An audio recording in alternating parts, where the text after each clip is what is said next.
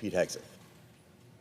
Last week, during his 4.5-hour confirmation hearing, America saw exactly why President Trump nominated Pete Hegseth to be our next Secretary of Defense. Pete is patriotic, smart, he's an energetic leader. His priority is our warfighters and having their backs by focusing the Department of Defense on lethality and competence rather than extraneous political and social issues. He's the type of leader that can inspire, recruit, and retain the absolute best talent America has to offer. Despite Pete's qualifications, the mainstream media, desperate to derail President Trump and his nominees, has gone after Pete's character by airing false and unsubstantiated claims. Take, for example, the article published Tuesday, just this week, by the New York Times.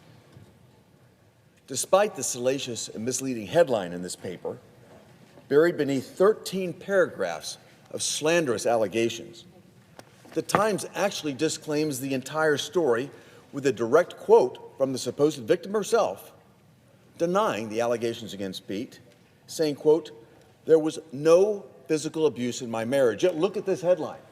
Hegseth's ex-in-law claims he was abusive to second wife, even though in the same article, the second wife disclaims all of this. This isn't journalism. Take a moment to think about this.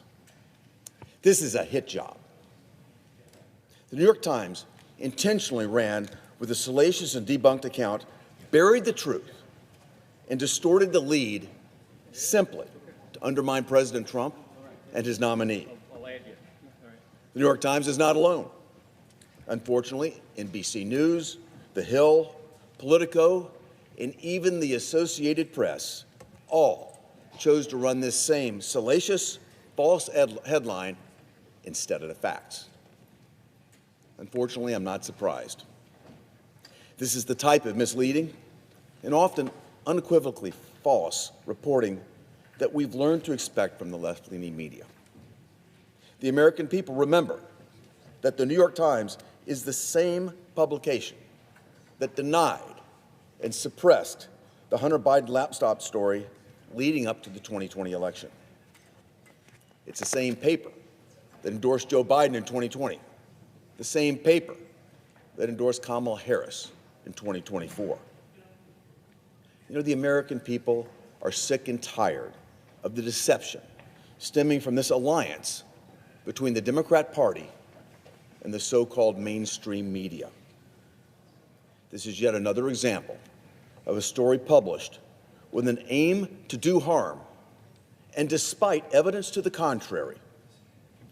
It's why media has lost much of its credibility with the American people, who see this article for what it is: a desperate, last-minute attempt to generate controversy where none exist.